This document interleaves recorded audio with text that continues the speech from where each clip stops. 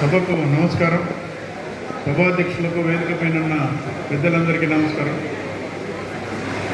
ఈరోజు man of the match Jandhyala Raghubabu గారు పదవీ విరమణ సందర్భంగా ఆయనకు ప్రత్యేక శుభాకాంక్షలు తెలియజేస్తూ, మామూలుగా అందరికీ కుటుంబ బాధ్యతలు ఉంటాయి, ఉద్యోగ బాధ్యతలు ఉంటాయి, కానీ రఘుబాబు గారికి అడిషనల్గా ఉద్యమ బాధ్యతలు కూడా ఉన్నాయి. కుటుంబ బాధ్యతల నుంచి కుమార్తెకు వివాహం చేశారు, 2 డాక్టర్స్ చదివించారు. సో కుటుంబ బాధ్యత తీరిపోయింది. అదేవిధంగా ఉద్యోగ బాధ్యత కూడా మొన్న 29వ తేదీతో అది కూడా తీరిపోయింది.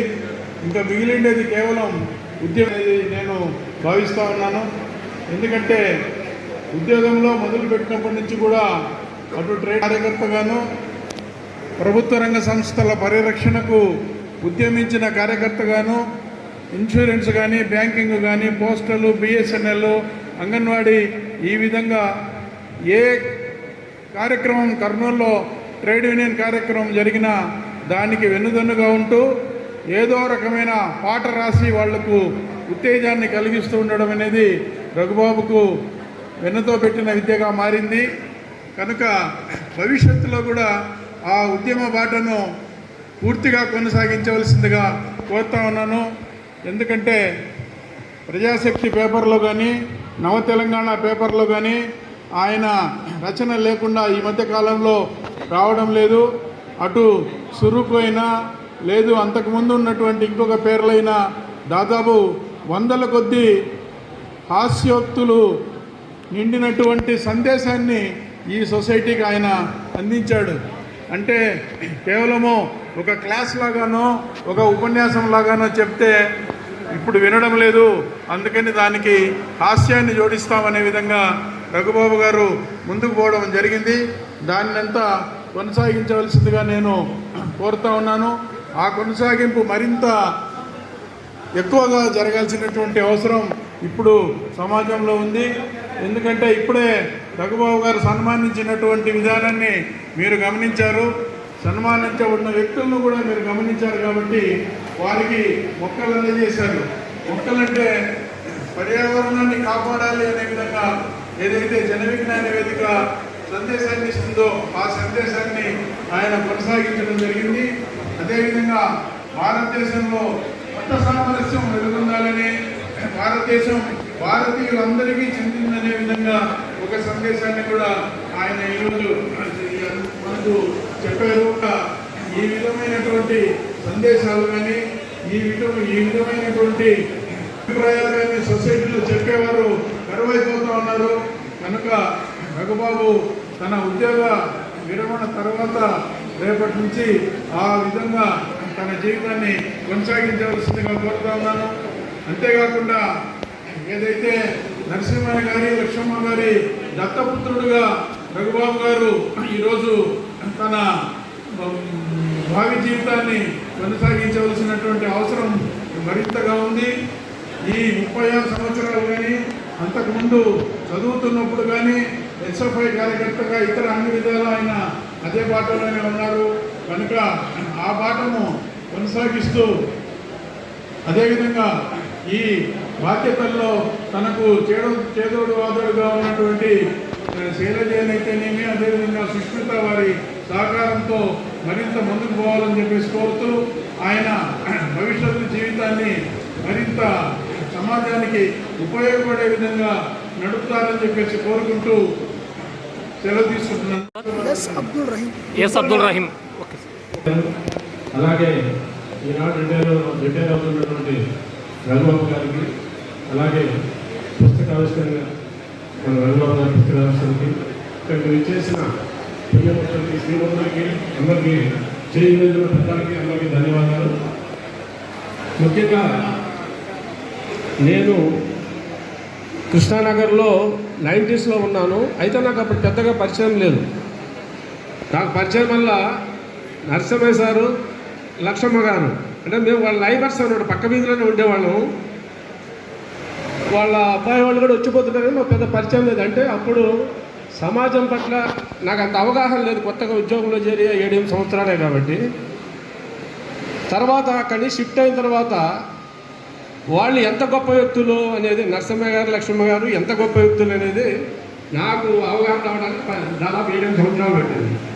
అలాగే వాళ్ళ బంధువులు, రఘుబాబు గారు వాళ్ళ బంధువుల విషయంగా ఇప్పటికే తెలియదు. రఘుబాబు గారు ఎట్లా పరిచయం అంటే, మాకందరికీ వామపక్షపాతం ఉండడం వలన ఎక్కడన్నా ఫంక్షన్స్ కానీ ఏదన్నా ఉద్యమాలు కానీ ఏదన్నా ప్రోగ్రామ్ జరిగినప్పుడు అటెండ్ అవ్వడం వలన కలవటం జరుగుతుంది ఎక్కువగా. అయితే రఘుబాబు గారు ఏంటంటే కృష్ణానగర్లో ఉన్నప్పుడు, నేను టౌన్లో ఉన్నప్పుడు కూడా ఆయనకి ఏదన్నా ఫోన్కి సంబంధించి మా డిపార్ట్మెంట్లో టెలిఫోన్ డిపార్ట్మెంట్లో ఏదైనా ప్రాబ్లం వస్తే మరి ఏమో నా మీద రఘుబాబు గారికి ఏం నమ్మకం కానీ నాకు ఫోన్ చేసేవాడు. సార్ ఇట్లా సంగతి, నాకు ఇట్లా ప్రాబ్లం, మా ఫోన్ పనిచేయట్లేదు, వాట్సాప్ ఇట్లా నెట్ పనిచేయట్లేదు అని. సరే మేమేంటంటే కొద్దిగా యూనియన్లో పనిచేస్తుంటాం కాబట్టి అప్పుడు వకీల్లో మా డిపార్ట్మెంట్ వాళ్ళకి చెప్పేవాళ్ళం. తర్వాత మళ్ళీ రిపీట్గా అయితే చెప్పేవాళ్ళు కాదు, రెక్టిఫై ఉంటుంది. అలాగే చాలాసార్లు కూడా మా రఘుబాబు గారు మమ్మల్ని ఇన్వైట్ చేయడం జరిగింది.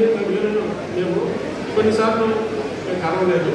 అయితే ముఖ్యంగా రఘుబాబు గారు ఇన్ని బాధ్యతలు కోరుతున్నారంటే ఆయన సమాజం పట్ల చాలా స్పృహ ఉంది. అదే కాకుండా బాధ్యతలు మోసేవాడికి, మన ఇంట్లో పనిచేసేవాడికి ఎట్లా పనులు చెప్తాడో అట్లానే బాధ్యతలు మోసేవాడిని కూడా ఇంకా ఎక్కువ బాధ్యతలు తీసుకోవాలని అనుకుంటారు. నిజంగా ఇది గొప్ప విషయము. కాబట్టి సమాజం పట్ల ఎవరికైనా సరే స్పృహ ఉంటే మాత్రం ఖచ్చితంగా మన ఎగ్జాంపుల్ రఘుబాబు గారిని ఆదర్శంగా తీసుకొని మనం అందరం కూడా కొద్దిగా కూడా ఆచరించాలని నాకు ఈ అవకాశం ఇస్తుంది. మీకు అందరికీ పేరు పేరు ధన్యవాదాలు చెప్తూ ఇంతకు థ్యాంక్ యూ.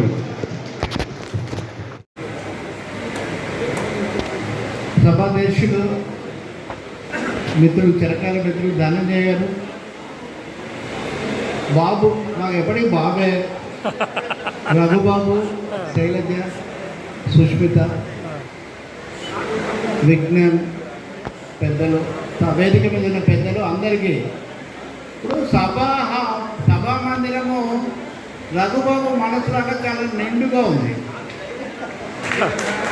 ఇది నిండుగా ఉండగానే మాట్లాడేద్దాం లేచారు. తప్పకుండా రఘుబాబు హాస్యంలాగా ఇది కూడా ఆయన చెప్పే సామాజిక విశ్లేషణ, దేశం, అంతర్జాతీయం అని అవన్నీ కూడా సూక్ష్మ రూపంలో పెట్టుకున్నవాడు రఘుబాబు అని సభ చూస్తే మనకు అర్థమవుతుంది. తను చేసేవాళ్ళు చాలా వరకు హాస్యము, సృజనకారుల దగ్గర లక్ష్యం ఉంటుంది. ఇప్పుడు ముగ్గురికి సత్కారం చేసినప్పుడు ఆ చిరు సత్కారంలో ఒక బృహత్తరమైనటువంటి సందేశం ఉంది. భారతదేశంలో ఉన్నటువంటి హిందూ, ముస్లిం, క్రైస్తవులు ఎవరైతే మానవులే అనంత జీవన గమనంలో అలుపు ఎరుగని సైనికులేని ఈ భారతదేశం అంటే ఏంటి అంటే, భారతదేశం అంటే ఇది, భారతదేశం అంటే మంచితనం, భారతదేశం అంటే మధ్యతరగతి మనిషి యొక్క ఆవేశపూరితమైనటువంటి ప్రతిస్పందన, అందరి ఇన్క్లూజివ్ సొసైటీ, సమ్మిళిత సమాజంలాగా చివరిదాకా మనం పనిచేయాలి అని. అందుకని చాలామంది అంటున్నట్టు ఇప్పుడు రిటైర్మెంట్ అన్నది ఇది రఘుబాబు ప్రారంభించబోయే సెకండ్ ఇన్నింగ్స్కు మనందరం కూడా పలికేటటువంటి ఒక శుభాభినందన సందేశంలాగా మనందరం ఎక్కడున్నాం. అందుకని ఇక్కడ చూడండి, వాస్తవానికి 1:20 అయిన తర్వాత ఇంతమంది వక్తలు వాయించిన తర్వాత ఈ సభ ఇలా ఉండదు. అలా ఉంచడం రఘుబాబుకి చేతనం అవుతుంది. మొన్న నేను వారి కార్యాలయంలో కూడా మా సోదరులు, కుటుంబ సభ్యులు సమేతంగా వెళ్ళాను. ఇంకా ఇక్కడ ఈ సభలో ఇంకా చాలామంది విస్తృతమైన మా బంధువులు కూడా ఉన్నారు. ఒక్క ముక్క మడుగు చెప్తాను నేను. కుటుంబం గురించి, అమ్మ నాన్న గురించి అందరూ ప్రస్తావించారు. నరసింహయ్య గారు, చెంచు లక్ష్మ, అమ్మ టీసీ లక్ష్మమ్మ, వీళ్ళ వారసత్వం నిజంగా నేను 21 డిగ్రీ అవ్వగానే విజయవాడ వెళ్ళిపోయాను ప్రజాశక్తి కోసం. అన్నయ్య ఉద్యోగం కోసం వెళ్ళిన తర్వాత కుటుంబంతో ఉన్నారు, అది వేరే సమస్య. నాకంటే మా తమ్ముడు ఇంకొంచెం ఎక్కువ కాలం ఉన్నాడు, కానీ అతి ఎక్కువ కాలం అమ్మా నాన్నలతో గడిపింది రఘుబాబే. రఘుబాబు మాటల్లో, రఘుబాబు జెస్చర్స్ అంటారు చూడండి, ఆ కదలికలు, వీటన్నిటిలో ఎక్కువగా మా నాన్న భాష, మా నాన్న వరవడి చాలా స్పష్టంగా కనిపిస్తుంటాయి. మా నాన్నకున్న ఒక పెద్ద లక్షణం ఏంటంటే చాలా నిరాడంబరంగా ప్రజాసేవ చేయటం. చాలా నిరాడంబరంగా నిర్మాణాత్మకంగా నిర్మాణాత్మకమైనటువంటి పని చేయటం, అది రఘుబాబు పూర్తిగా పుణికిపుచ్చుకున్నాడు. సాహిత్యం కూడా నాన్న దగ్గర ఉండేది, ఇవన్నీ పుచ్చుకున్నాడు కాబట్టి ఇది ఈరోజు వీడ్కోలు. ఒక 2 వారాల కిందట రఘుబాబు ఒక సెటైర్ రాశాడు, వీడ్కోలు చీడ్కోలు. ఒక మనిషి జీవితం ఒక దశకు వచ్చిన తర్వాత అందరూ తన గురించి మంచి చెప్పుకుంటారా, తన గురించి ఏమని మాట్లాడతారు అంటే, ఇక్కడున్న నేను ఉదాహరణకు 60 ఏళ్ళకి రిటైర్ అయ్యాడు, 60 ఏళ్ళ నుంచి నేను రఘుబాబుని చూస్తూ ఉన్నాను. అవన్నీ నేను ఇప్పుడు ఏకరు పెట్టబోవడం లేదు, తక్కువ సమయంలోనే మీకు హామీ ఇస్తున్నాను. కానీ ఈ 60 ఏళ్ళ నుంచి రఘుబాబుని చూస్తున్నా కానీ ఇంతవరకు రఘుబాబు గురించి చిన్న ఫిర్యాదు కూడా ఎవరు నాకు చెయ్యలేదు, ఒక్క వివాదం కూడా రాలేదు. అంటే ఒక మనిషి జీవించడానికి ఎలాంటి పారామీటర్స్, కొలబద్దలు నిర్ణయించుకున్నాడని చాలా స్పష్టంగా తెలుస్తుంది. నిజమేది, మేము అసలే వివాదాల విమర్శల్లో మునిగి తేలుతుంటాం, మీకు అందరికీ కూడా తెలుసు. ఇలాంటి వివాదగ్రస్త ప్రపంచంలో కూడా ఉద్యోగ జీవితంలో కానీ, సాహిత్య జీవితంలో కానీ, వ్యక్తిగత జీవితంలో కానీ ఒక్క వివాదం కూడా లేకుండా వినిర్మలంగా నిరాడంబరంగా తన జీవితాన్ని సార్థకం చేసుకున్నటువంటి రఘుబాబుకు నిజంగా మా కుటుంబం అంతటి తరఫున కూడా హృదయపూర్వకంగా, మా అమ్మ ఎటువంటిదంటే మా అత్తయ్య గారు దురదృష్టవశాత్తు, అంటే మా మేనత్త చిన్నప్పుడే ఆమె చనిపోయారు. తన 2వ క్లాస్లో రాక్వుడ్ స్కూల్లో చేర్పించినప్పటి నుంచి నేను అప్పటి నుంచి వదిలిపెట్టకుండా భూతంలాగా వెంటాడుతూనే ఉన్నా.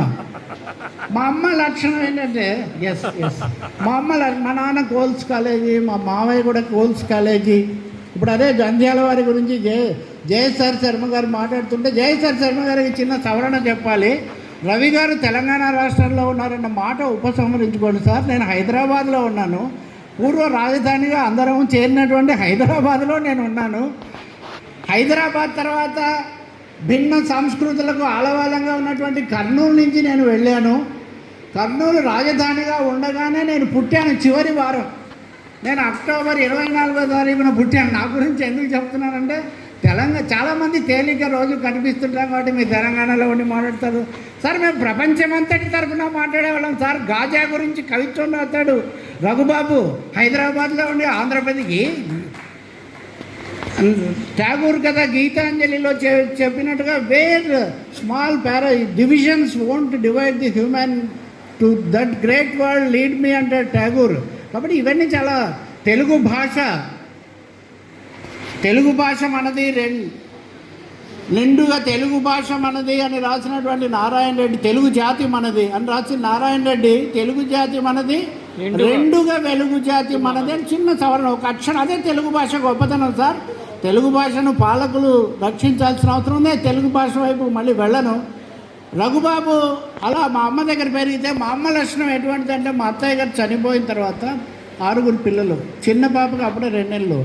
మా ఇంట్లోనే ఉన్నారు వాళ్ళు చాలా కాలం. తర్వాత వాళ్ళ నాన్నగారే చూసుకున్నారు. మా అమ్మ ఎటువంటిదంటే, ఎట్లాగో వీళ్ళు వచ్చారు, ఇంతమంది పెద్ద ఇల్లు అయింది కదా అని మా పిన్నమ్మలకు, తన చెల్లెళ్ళకు కూడా ఫోన్ చేసి వాళ్ళ అమ్మాయిలను కూడా తెచ్చుకొని చదివించాలని చెప్పి మా ఇంట్లో పెట్టుకుంది. వాళ్ళు కూడా ఇక్కడ ఈ సభలో ఉన్నారు.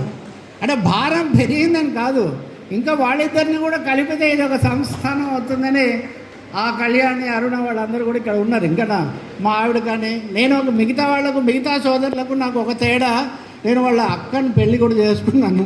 కాబట్టి ఇంకొంచెం ఎక్స్ట్రా ఒక చిన్న ఇది కూడా ఒకటి ఉంది. మిత్రులు ఆ విషయాలు పక్కన పెడితే, రఘుబాబు అప్పటి నుంచి చూస్తున్నా ఇప్పటి వరకు కూడా వృత్తి జీవితంలో కానీ స్వయం కృషితో ఉద్యోగం తెచ్చుకున్నారు, మెరిట్తోనే తెచ్చుకున్నారు. అప్పుడు చెప్తుండేవాళ్ళం, సినిమాలో కదా హీరో కలెక్టర్గా, ఎస్పీగా ఆ ఊరికే వస్తాడంటే ఎలా వస్తాడో అర్థమయ్యేది కాదు. అంటే విమర్శిస్తుంటాం మనం ఎట్లా వస్తాడు అని. కానీ వచ్చాడు. ఒక ఉద్యోగం కాదు, 2-3 ముందు కేంద్రీయ విద్యాలయంలో, తర్వాత ఇన్సూరెన్స్లో, తర్వాత కూడా అక్కడ ఆపుకున్నాడు. అందులో కూడా ప్రమోషన్లు కోరకుండా ఉన్న చోటే ఉండటం కోసం 1-2 చిన్న బదిలీల వరకు వెళ్ళి మళ్ళీ ఇక్కడే కేంద్రంగా చేసుకొని ఉన్నారు. తర్వాత శైలజ కూడా తెచ్చుకుంది. ఈ విధంగా తనకున్న పరిమితుల్లోనే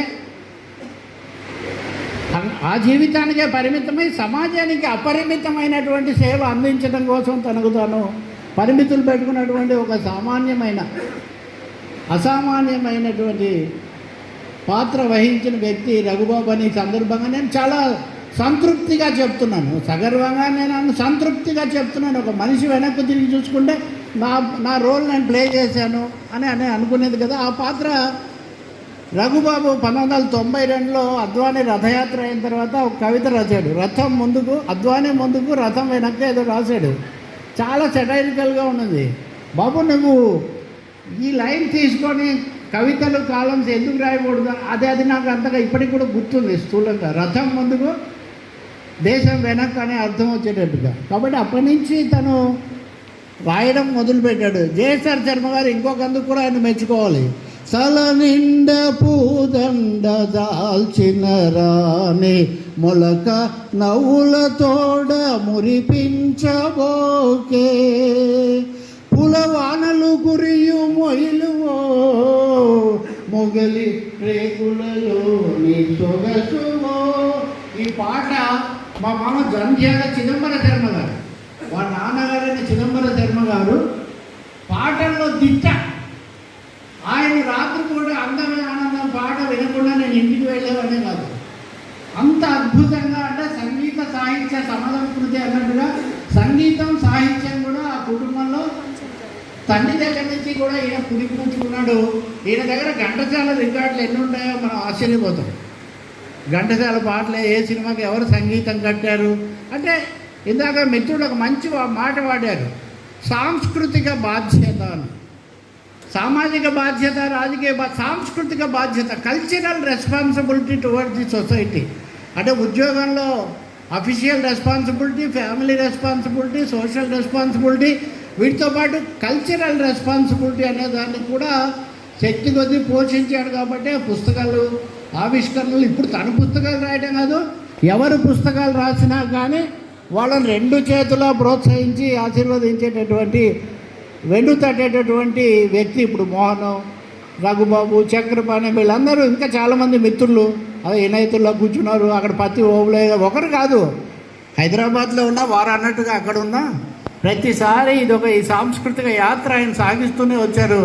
మిత్రులారా, తను పనిచేసే యునైటెడ్ ఇండియా ఇన్సూరెన్స్ దీన్ని చిన్నది చేసి ముక్కలు చేసి ఇక్కడి నుంచి ఎత్తేయాలి అని ఒక పెద్ద నిర్ణయం చేస్తే ప్రభుత్వం దాని మీద పెద్ద ఉద్యమం చేసి నిశ్శబ్దంగా చేసి దాన్ని కాపాడాడు. తను పనిచేసే సంస్థను కూడా కాపాడాడు, కుటుంబాన్ని కూడా నిలబెట్టాడు. సో ఇన్ని విధాలుగా సరే. ఇందాక మా చంద్రయ్య నేను అడిగే అదే నిజంగా ప్రజాశక్తిలో ప్రత్యేక సంచికి కూడా వాళ్ళు వేశారు.